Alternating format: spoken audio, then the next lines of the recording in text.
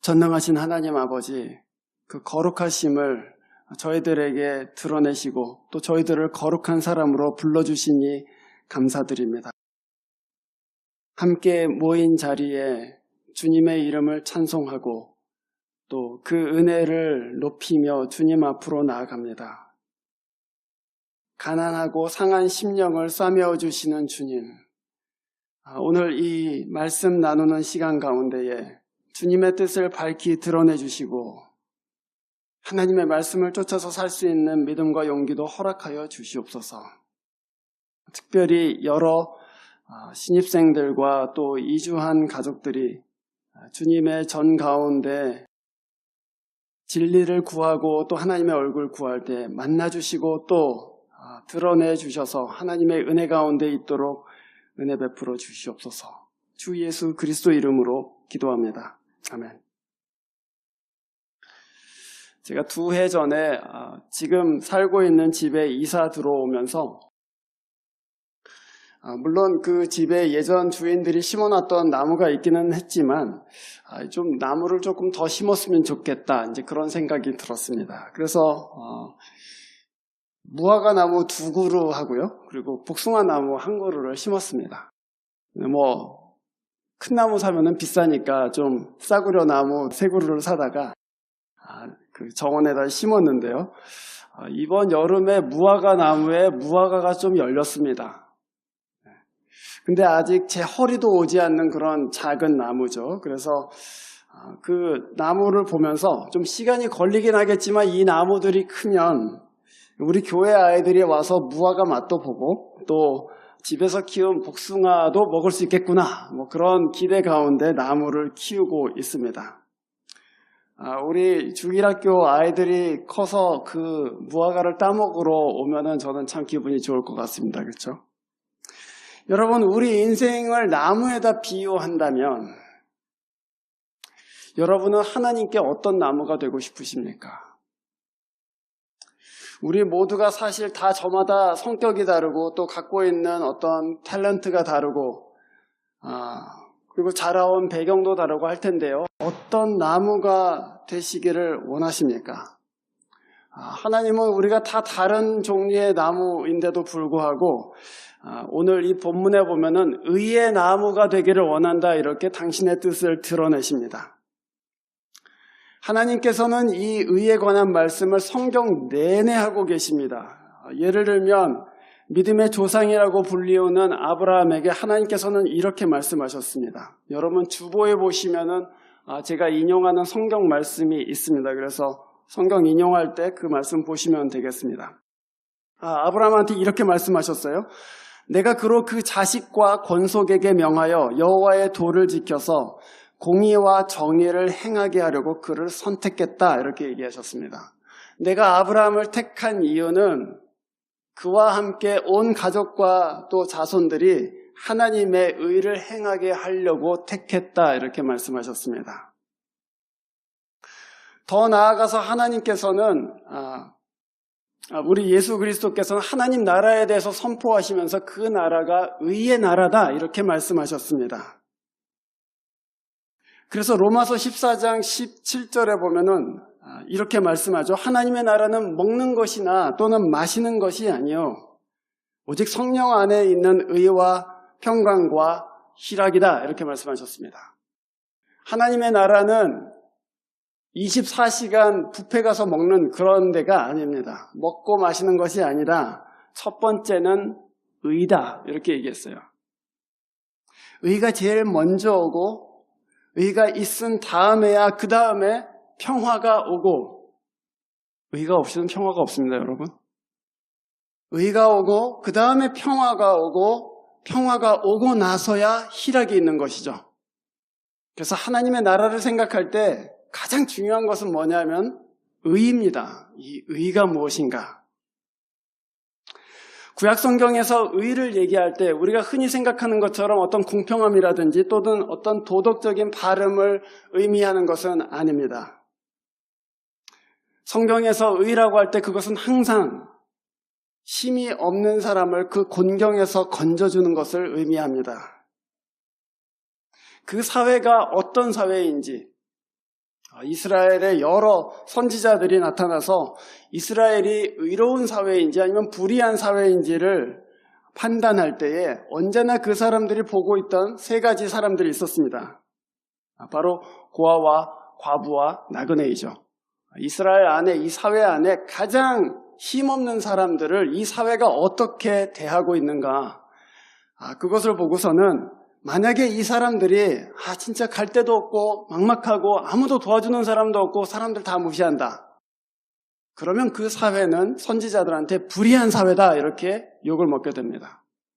그러나 반대로 고아와 과부와 나그네가 돌봄을 받고 또 그 사람들이 내가 의지할 때는 없지만 그래도 이웃들이 도와주고 있다, 그래도 나라가 도와주고 있다, 이렇게 되면은 그 나라는 의로운 사회다, 이렇게 얘기하는 것이죠.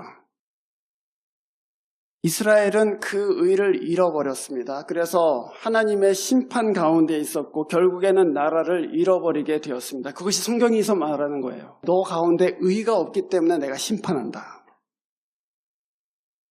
오늘 우리가 읽은 이 예언의 말씀, 이사야 61장 말씀은 이스라엘이 망하고 나서, 그리고 그 수도였던 예루살렘이 완전히 폐허가 된 뒤에 하나님께서 주신 말씀입니다.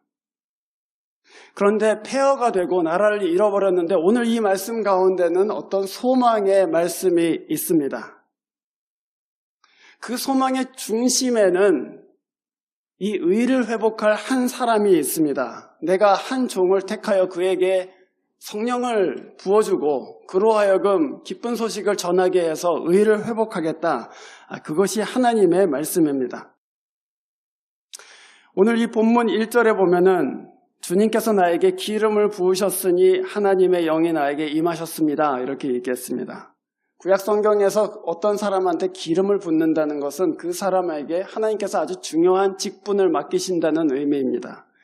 예를 들면은 구약 성경에서 기름 부음을 받았던 사람들은 세 종류의 사람들이었습니다. 왕이 되거나 또는 제사장으로 세워지거나 아니면은 선지자로 세움을 받을 때 하나님께서는 그 사람들한테 직을 맡겨주시면서 기름을 부으셨습니다. 말하자면 오늘 이사야 61장에서 나오는 이 사람이 기름 부음을 받았다는 것은 하나님께서 너를 세워서 이 땅 가운데 아주 중요한 일을 하고자 한다 하는 그 표라고 우리가 이해할 수 있습니다. 그에게 맡겨진 사명은 오늘 본문 1절에서 보시는 것과 같이 아름다운 소식을 전하는 것입니다. 주님의 의를 선포하고 또한 회복시키는 것이 바로 이 사람의 사명입니다. 그에게 성령이 부어질 때에 이 사람 가운데에, 여호와의 종인 이 사람 가운데에 마음이 가난한 자, 또 상한 자, 포로되고 갇힌 자에게 가고자 하는 마음이 생겼습니다. 사실은 이 말씀, 61장의 이 말씀은 우리 주님 예수 그리스도께서 자신의 공생애를 시작하시면서 인용한 말씀이기도 합니다. 주님께서는 어느 날 갈릴리에 있는 회당에 들어가셔서 이 이사야 61장을 찾으시고 우리가 읽은 이 본문을 읽으시고 공생애를 시작하셨습니다. 말하자면 주님께서 바로 이 이사야 61장에 예언된 여호와의 종임을 드러내시는 것입니다. 그리고 주님께서는 그 말씀을 찾아 읽으시고 선포하신 다음에 예루살렘에 있는 종교 지도자들이나 또는 부자들한테 가서 복음을 선포하신 것이 아니라 갈릴리에 있는 가난한 사람들에게로 들어가셨습니다. 주님께서 공생애를 시작하신 그 갈릴리는 이스라엘 지역에서는 상당히 가난한 지역에 속하는 곳입니다. 매우 가난한 사람들이 모여 있었는데요. 그 가운데에는 예전에 유대 사람들이 억지로 할례를 받게 한 이방인들도 다수 섞여 있었습니다. 그래서 사실 갈릴리 그러면 이 지역은 가난한 지역일 뿐만 아니라 인종적으로도 좀 복잡한 지역이었습니다. 유대인이라고 하는데 인종적으로는 유대인이 아니고 할례는 받았는데 그렇다고 해서 하나님께 나온 사람은 아니고 그런 아주 복잡하고 그리고 가난한 그리고 인종적으로도 섞여 있는 그런 지역이었습니다. 그 지역에 예수님께서는 들어가셔서 자신의 공생애를 시작하셨습니다. 성령 받으실 때에 하나님께서 그의 영을 예수님께 부어주셨을 때 예수님 안에 하나님의 마음이 누구를 향하고 있는지를 정확하게 아셨고 그래서 예루살렘이나 큰 도시가 아닌 갈릴리로 들어가셨습니다. 그것이 오늘 61장 1절에서 하는 얘기죠. 주의 영이 나에게 임하셨는데 그 영의 임함을 받은 사람은 가난한 자에게 가서 복음을 전했다. 마음이 상한 자에게 가서 하나님의 나라가 왔다고 얘기해주고 포로된 자에게 자유하게 됐다고 선포했다. 그런 얘기입니다. 성령이 신자와 교회 가운데 임할 때 일어나는 일들은 우리가 여러 가지로 얘기할 수 있어요. 방언을 하기도 하고 예언을 하기도 하고 갑자기 종교적인 열심이 막 생기기도 하지만 성령이 신자와 교회에 임할 때 일어나는 아주 큰 특징 중에 하나는 그 신자와 교인들이 갑자기 힘이 없는 사람들을 향해서 긍휼한 마음을 품기 시작한다는 것입니다. 하나님의 영이 교회에 임하고 또 신자에 임하면 그 영은 언제나 하나님의 마음을 깨닫는 은혜를 주십니다. 그래서 세상에 높은 사람들을 또는 세상에 돈 많은 사람들, 세상에 지식이 많은 사람들을 부러워했었는데 그 성령이 임하고 나니까 그 사람들이 눈에 보이는 것이 아니라 가난한 사람들이 마음에 생각나기 시작하고 또 내 이웃에 있는 연약한 사람들에 대한 긍휼이 내 마음 가운데 회복되는 것을 보게 됩니다. 이제껏 무시하고 살았던 사람들에 대해서 또는 별로 관심 가지지 않았던 지역에 대해서 생각하기도 하고 기도하기도 하고 또 불쌍히 여기는 마음으로 또 어떤 일에 참여하게도 되는 것이죠.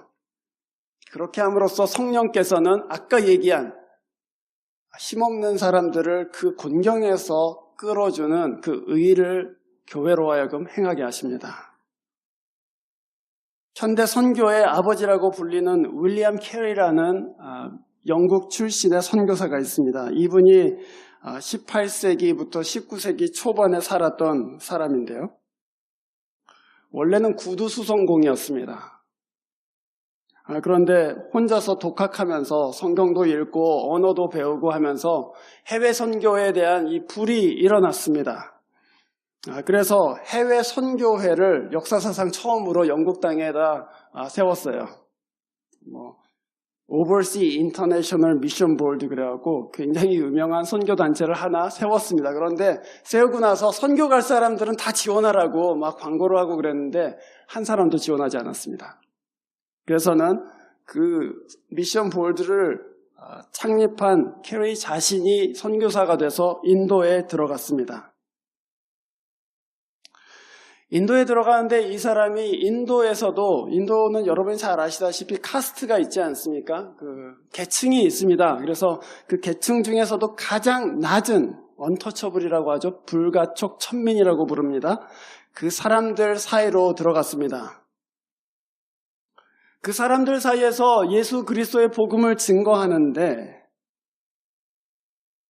캐리의 마음을 아프게 한 여러 가지 것들이 있었습니다. 그 중에 하나가 사티라는 관습입니다. 사티는 예를 들어서 남편이 죽을 경우에는 아내를, 인도는 화장을 합니다. 그런데 불로 태워요, 시신을. 그런데 사티라는 관습은 뭐냐면 남편이 죽었을 경우에 아내를 산채로 그 불과 함께 태우는 것입니다. 마음이 아파요. 낮은 계층에 사는 것도 억울한데 남편이 죽었다고 해서 생으로 사람을 저렇게 죽이다니. 그것만 있는 것이 아니죠. 카스트 시스템도 복음의 빛에 비추어 볼 때는 너무나도 불의하고 부당한 시스템이죠. 캐리가 들어갔을 때 유아들을 제물로 바치는 그런 관습도 여전히 행해지고 있었습니다. 그래서 캐리는 선교사임에도 불구하고 그 인도의 여러 가지 관습하고 싸우기 시작합니다. 인도가 그때에 영국의 식민지였기 때문에 의회를 통해서 여러 가지 노력들을 하게 됩니다. 그래서 결국에 1829년 사실은 캐리가 거의 이 선교를 마칠 그때쯤에 영국 정부가 Edict of Prohibition이라는 그 칙령을 발표하게 됩니다. 그래서 사티가 공식적으로 근절되는 결과를 일으킵니다. 성령이 교회에 임할 때, 또 성령이 어떤 신자들의 마음 가운데 하나님의 마음을 불러 일으킬 때에 그 교회는 예배가 감동적인 교회가 되는 것이 아닙니다. 성령 충만한 교회는 약자를 생각하는 교회가 되는 것이죠. 힘이 없는 사람들을 먼저 생각하는 교회가 됩니다. 그것이 교회 안에 있는 사람이건 또는 교회 밖에 있는 사람이건 교회 안에서도 가장 힘이 없는 사람들을 먼저 생각하는 것이 성령 충만한 교회입니다. 교회 밖에 있는 사람들을 생각할 때에도 힘이 있는 사람들이 아니라 가장 연약한 사람이 누구인가? 그 사람들을 생각하는 것이 성령 충만한 교회의 특징입니다. 그래서 하나님의 교회가 성령에 사로잡힐 때에, 그리고 하나님의 영에 순종하기 시작할 때 그 교회는 반드시 구약 성경이 말하는 그 의를 행하게 되어 있습니다. 오늘 61장 1절에서 말한 이 여호와의 종이 하나님의 영을 받고 나서 한 일은 뭐였냐면은 좋은 소식을 선포하는 것이었습니다. 그 선포의 중심에 2절 주님의 은혜의 해라는 표현이 있습니다. 주님의 은혜의 해라는 것은 다른 말로 하면 구약 성경에 나오는 희년을 얘기합니다. 주블리라고 보통 우리가 영어로 얘기하는 그것이죠. 50년마다 돌아오는 주블리라는 해가 시작되면 세 가지가 일어나게 됩니다. 하나는 종으로 팔렸던 모든 이스라엘 사람들은 종의 신분으로부터 해방됩니다. 두 번째, 갖고 있었던 모든 은행빚은 탕감됩니다. 여러분 지금 시니어들 가운데는 스튜던트 론이 막 쌓여있는 분들도 계실 텐데 희년이 왔으면 좋겠다 그런 마음이 드시죠. 모든 빚이 다 탕감됩니다. 세 번째, 모든 사람은 자기 가족이 그동안 가난해서 그것을 팔아넘겼건 어쨌건 간에 상관없이 원래 가족이 갖고 있었던 땅으로 돌아갈 수 있습니다. 말하자면 자기 가족이 가나안 정복할 때 하나님께로부터 받았던 그 땅을 다시 회복합니다. 시년이 되면 50년마다 가난이 끊어지는 것이죠. 그렇잖아요? 종이 됐던 사람들은 다 자유케 되고 빚을 졌던 사람들도 빚이 다 없어지고 그 다음에 사람이 살려면 땅이 있어야 되는데 그 땅도 회복된단 말이죠. 그래서 50년마다 말하자면 가난이 완전하게 끊어지는 것을 하나님께서 명하셨죠. 그것이 바로 희년입니다. 그런데 오늘 61장에서 이 선지자가 이 여호와의 종이 선포하는 그 중심에 무엇이 있냐면은 그 희년이 있습니다. 50년마다 가난이 끊어진다. 그것은 단순히 우리가 법으로 생각할 것이 아니라 도대체 하나님께서 무엇을 의도하고 계신 것인가 하고 물어봐야 합니다. 하나님은 가난이 대를 이어서 물려지는 것을 원하지 않으시는구나 하는 것을 분명히 알 수 있습니다. 지금 우리 사회는 한 세대가 가난의 밑바닥을 경험하게 되면 그 아들이나 딸 세대는 당연히 가난하게 되게 돼 있습니다. 그렇죠? 아빠 엄마가 너무 돈이 없고 가난하면 또 빚을 많이 지면 그 아이들이 제대로 교육받을 수도 없고 그 아이들이 대학에 가는 것도 어려워지고 그래서 다시금 그 다음 자녀들의 세대도 굉장히 낮은 데서부터 시작할 수밖에 없게 되어 있습니다. 그런데 오늘 이 희년은 그렇게 되지 않을 것이다 라고 선포하는 거예요. 하나님께서는 가난이 대물림되는 것을 원하시지 않는다. 제가 베일러에서 성경을 가르치면서 2해 전인가 학생들한테 이 질문을 했었습니다. 야, 니네들 만약에 미국에서 50년마다 희년이 일어나면 어떻게 될 것 같냐? 하고 질문을 했어요.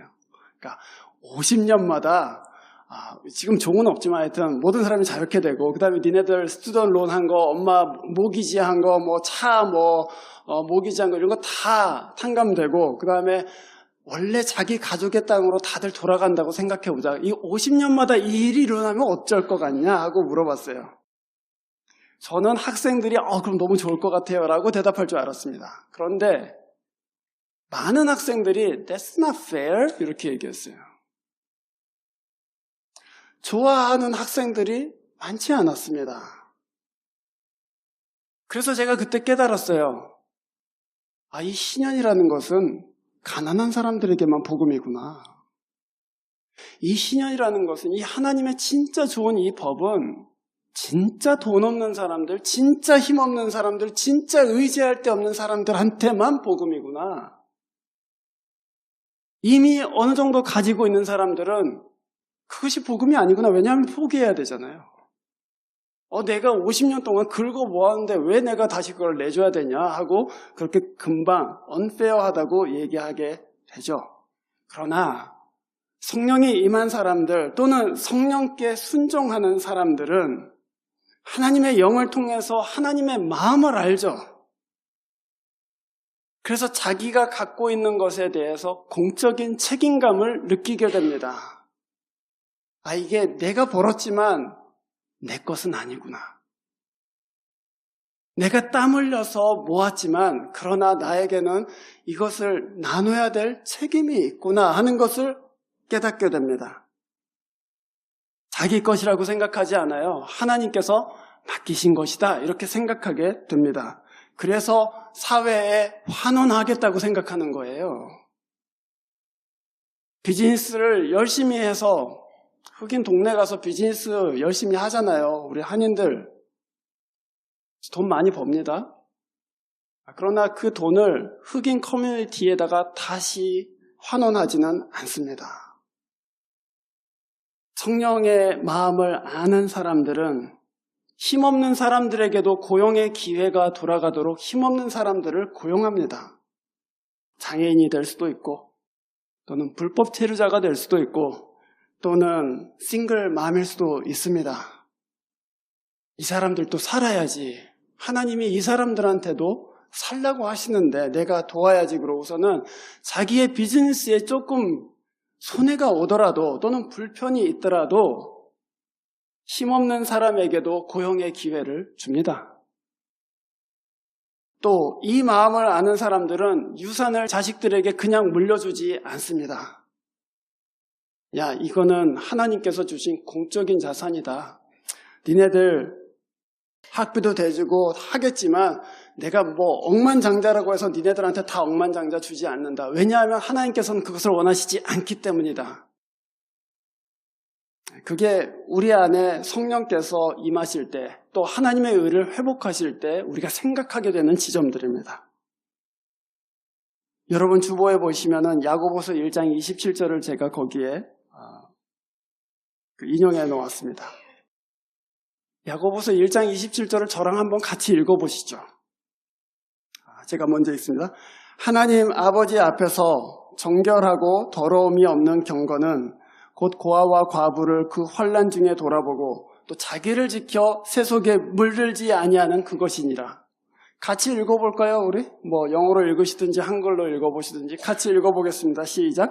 하나님 아버지 앞에서 정결하고 더러움이 없는 경건은 곧 고아와 과부를 그 환난 중에 돌아보고 또 자기를 지켜 새 속에 물들지 아니하는 그것이니라.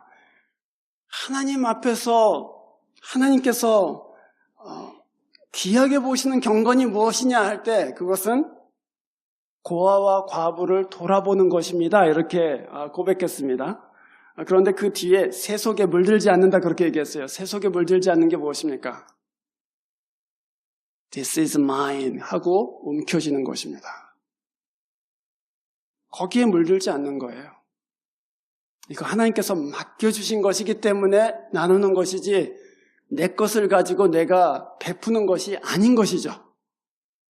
그게 성령이 임할 때에 그리고 하나님께서 교회에 하나님의 의를 회복하실 때 생각하게 되는 지점들입니다. 주님께서는 오늘 이 본문을 통해서 내가 너희들을 의의 나무로 삼겠다 그렇게 말씀하셨습니다. 3절에 이렇게 되어 있어요. 그리하여 사람들은 그들을 가리켜 의의 나무, 주님께서 스스로 영광을 나타내시려고 손수 심으신 나무라고 말할 것이다. 그렇게 얘기했습니다.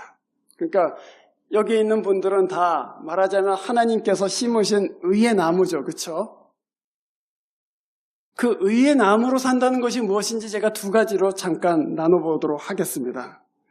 의의 나무로 산다는 것, 그 첫 번째는 애통하는 것입니다.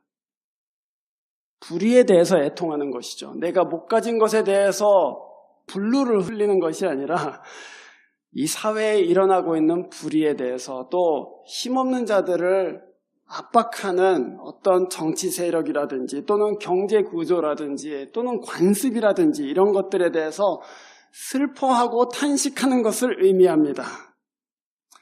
그래서 3절에 보면은 시온에서 슬퍼하는 사람들을 의의 나무라고 부른다고 했어요. 시온에서 슬퍼하는 자. 영어로는 mourn 이렇게 되어 있는데 mourn이라는 단어는 이사야에 딱 12번 나옵니다. 그런데 그 12번 모두 슬퍼하는 이유는 하나님께서 불의에 대해서 심판하셨기 때문입니다. 하나님의 심판에 대해서 이 사회의 불의로 인해서 심판이 내려온 것에 대해서 애통해야 할 때 mourn 그랬어요. 말하자면 이스라엘이 저지른 불의를 슬퍼하는 것을 의미합니다. 그리스도께서 십자가를 지시기 위해서 예루살렘 성으로 들어오실 때에 누가 복음은 이렇게 기록합니다. 그리스도께서 성에 가까이 오셔서는 예루살렘을 내려다보시면서 우셨다 그렇게 얘기해요. 그 당시에 예루살렘은 관광객들이 상당히 찾아오던 도시였습니다. 왜냐하면 헤롯 왕이 그 예루살렘에 있는 성전을 엄청나게 크게 증축했기 때문입니다. 그래서 온 세계에서 무슨 세계의 7대 불가사이니 그러면서 그 헤롯의 성전을 보려고 사람들이 막 몰려오던 그런 시점입니다. 게다가 6월절이에요. 그런데 그 성을 내려다보시면서 네가 평화에 관한 소식을 알지 못한다 그러고서는 눈물을 흘리셨다 이렇게 되어 있어요. 아까 하나님의 나라는 뭐라고 했죠? 성령 안에 있는 의와 평화와 희락이다 이렇게 얘기했습니다. 평화를 모른다는 것은 이 성에 지금 의가 사라졌다는 얘기입니다. 그래서 예수께서는 그 예루살렘을 보시고 눈물을 흘리셨습니다. 애통하시는 분이셨습니다. 여러분도 잘 아시다시피 오늘 또 지난주, 지지난주 상당히 오랫동안 사실은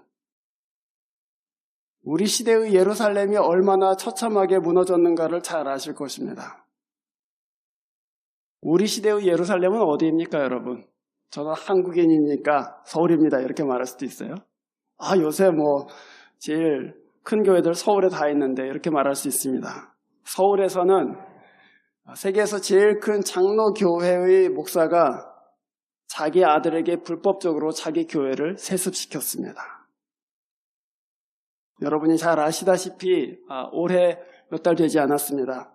시카고에 있는 굉장히 큰 복음주의 교회 목사가 무려 30년 동안 자기가 같이 일했던 동료들 또는 교인들에게 성추행을 해서는 불명예 퇴진을 하였습니다. 또 지난 주간에 저희들은 펜실베니아에 있는 캐톨릭 교회에서 지난 30년 동안 1000명의 아이들이 사제에 의해서 성추행 당했다는 소식을 접하게 되었습니다. 신문 기사에서는 그 사제들을 뭐라고 평했냐면은 predator priest 이렇게 얘기했습니다. 성경으로 얘기하자면 양의 탈을 쓰고 있는 이리들이었다 이렇게 말하는 것입니다. 우리는 지금 우리 시대의 예루살렘들이 다 무너지는 것을 보고 있습니다. 우리는 지금 이 의가 무너진 사회 가운데 살면서 의의 나무로 살라는 하나님의 말씀을 붙들고 있습니다. 이 세상 가운데 의의 나무로 살 사람들은 목소리를 높이는 사람들이 아니죠. 설교단에서 복음을 유창하게 증거하는 그런 목사들도 아닐 것입니다. 그 사람들은 오히려 탄식하는 사람들이요 또한 우는 사람들입니다. 그 사람들은 머리에 죄를 뒤집어 쓰고 옷을 찢듯이 마음을 하나님 앞에서 찢고 모두들 자기 살기에 바쁜 이때에 이 땅의 죄를 슬퍼하고 우는 사람들이 바로 그 의의 나무들이죠. 그것이 첫 번째입니다. 하나님께서 우리를 의의 나무로 심으셨다면 첫 번째 우리가 하게 되는 일들은 애통하는 것이다, 그것이죠. 두 번째는 의를 행하는 것입니다. 오늘 본문 3절에 하나님이 손수 심으셨다 그렇게 얘기했습니다. 하나님은 의의 나무로 우리를 웨이코에 심으셨다 그런 얘기입니다. 우연이 아니죠. 뭐 잡 때문에 왔을 수도 있고 또는 학교 공부 때문에 왔을 수도 있고 또 어떻게 진짜 우연찮게 왔을 수도 있습니다. 그러나 우연이 아닙니다. 하나님께서 심으신 것이죠. 하나님의 부르심 가운데 있다 그것입니다. 그래서 신자는 자기가 어디에 살든지 상관없이 그것이 웨이코건 뉴욕이건 LA건 어디든지 상관없이 하나님이 나를 여기에 두셨다면 그 땅에 대해서 책임감을 느끼게 돼 있습니다. 자기만 위해서 사는 사람들은 그리스도인이 아니죠. 혹은 자기가 살고 있는 땅에 아무런 관심이 없는 사람들도 하나님의 말씀에 순종하는 사람들이라고 볼 수는 없습니다. 하나님이 우리를 왜 베일러에 다니게 하셔서 또는 다른 학교에 다니게 하셔서 또는 베일러의 직장 또는 다른 직장을 가지게 하셔서 여기에 살게 하셨는가 생각해 볼 때 웨이코에서 의의 나무로 살라는 부르심이구나 라고 생각하자는 얘기입니다. 의의 나무로 살자는 것은 그냥 낭만적인 어떤 메타포를 얘기하는 것이 아닙니다. 아까 말씀드린 대로 힘없는 자를 곤경에서 건져주자 하는 것입니다. 주님께서 다시 오실 때에 우리한테 분명히 그렇게 물으실 것이기 때문이죠. 내가 가난할 때에 너는 어디에 있었는가? 내가 옥에 갇혀 있을 때 너는 나를 찾아보았는가? 내가 병들어 누워 있을 때 너는 나를 찾아왔는가? 그것이 주님께서 마지막에 물으실 질문들입니다. 그래서 이 교회가 하나님 앞에서 의의 나무로 산다는 것은 여기에 연약하고 힘없는 사람들의 힘이 되어주는 것을 의미합니다. 저는 작년에 존 웨슬리의 전기를 좀 읽는 그런 기회를 가졌습니다. 제가 장로교 목사이고 또한 침례교를 설교하고 있지만 감리교에도 관심이 많거든요. 그래서 웨슬리의 전기를 읽었어요. 웨슬리의 전기를 여러분한테도 제가 권합니다. 거기에 보면 진짜 성령의 역사들이 아주 강하게 나타나던 초기 사역부터 그 다음에 성령의 역사들이 점점 사라지던 후반 사역까지 잘 기록되어 있는데 저는 처음에는 성령이 나타나는 것에 대해서 굉장히 좀 흥미를 가지고 읽었습니다. 웨슬리가 지나가도 그냥 사람들이 쓰러져요.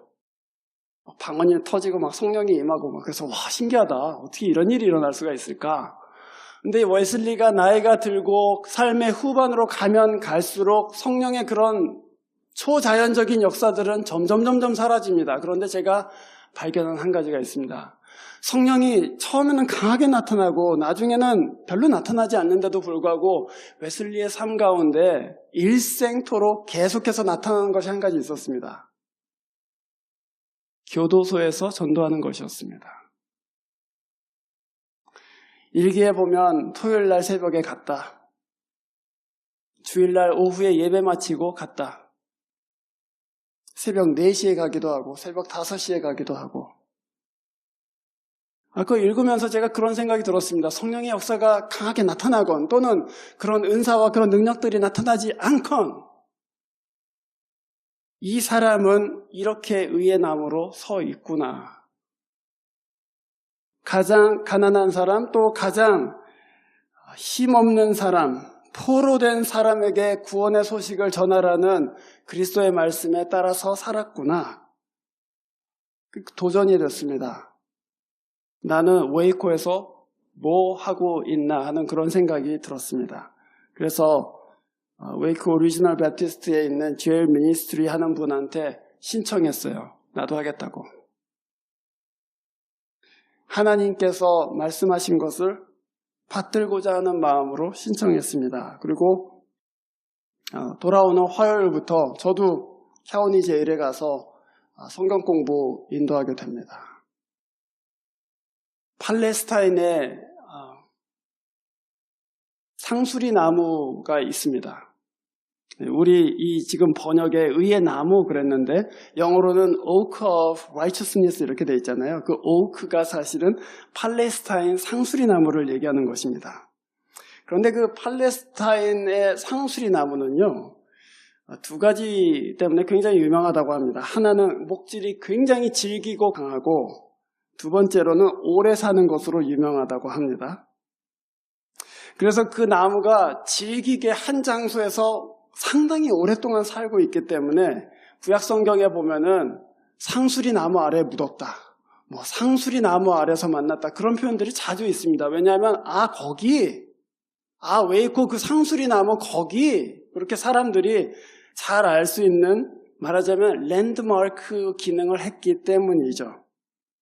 생각해 보면은 제가 어렸을 때 자랐던 동네도 한국에는 그 표지판들이 잘 그때 안 돼 있었기 때문에 버스를 타고 찾아오는 손님들한테 항상 그렇게 소개를 했었어요. 버스를 타고 들어오다가 동네 근처에 큰 나무가 보이면 거기서 내리라고. 그러면 사람들이 여지없이 이렇게 타고 오다가 이 나무 왜 이렇게 크냐, 그러면 이제 내리는 거예요. 거기구나, 거기가 조목사 사는 데구나, 그러고서는 거기서 내려요. 말하자면 그 나무가 그 동네를 대표하는 거죠. 하나님은 우리한테 의의 나무가 되라, 이렇게 말씀하셨습니다. 그 오크트리라는 것은 무슨 대단한 열매가 있는 나무가 아닙니다. 또는 어떤 화려한 꽃이 피는 나무도 아닙니다. 그러나 오랫동안 땅을 지키며 사는 나무이죠. 사람들은 그 의의 나무를 보고 하나님이 여기 계시는구나 하고 알게 되죠. 윌리엄 캐리는 생애 말년에, 아까 얘기한 인도 선교사입니다. 윌리엄 캐리는 생애 말년에 자기 일기에다가 이렇게 썼습니다. 제가 그냥 영어로 읽어드리겠습니다. There is nothing remarkable in what I have done. It has only required patience and perseverance. 번역하자면은 제가 한 일 사실 아무것도 없습니다. 근데 다만 제가 오랫동안 참고 견뎠을 뿐입니다. 그렇게 얘기했어요. 의의 나무가 된다는 것은 바로 그런 것입니다. 무슨 대단한 역사를 일으키는 것도 아니고 자기가 뿌리 내리고 있는 땅에서 어떻게 하면 하나님께서 말씀하신 것 정말 작은 것 하나라도 할 수 있을까? 그래서 뿌리를 내리고 무슨 대단한 열매나 그런 어떤 꽃이 피는 것은 아니지만 거기서 연약한 사람들을 돕기 위해서 한 걸음 내딛는 것, 그렇게 오랫동안 사는 것을 의미합니다. 여러분, 이 말씀은 우리를 향한 말씀입니다. 저는 여러분에게, 여러분이 한국 사람이건 무슨 미국 사람이건 어떤 다른 인종이건 간에 웨이코를 지나가는 땅으로 생각하시지 않기를 부탁드립니다. 이 땅은 우리가 몇 년을 살건 상관없이 하나님께서 의의 나무로 뿌리 내리고 살라고 보내신 땅입니다.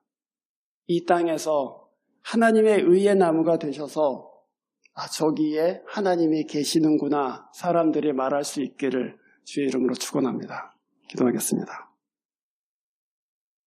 하나님 아버지, 은혜를 감사드립니다. 저희들이 웨이코에 살면서 이 땅의 어려움들 또 아픔들 무시하지 않고 그리스도의 말씀을 쫓아서 신실하게 의의 나무로 살 수 있도록 인도하여 주시옵소서. 성령을 이 교회와 신자들에게 허락해 주셔서 하나님의 마음으로 한 걸음 나아갈 수 있도록 도와주시옵소서. 주 예수 그리스도 이름으로 기도합니다. 아멘.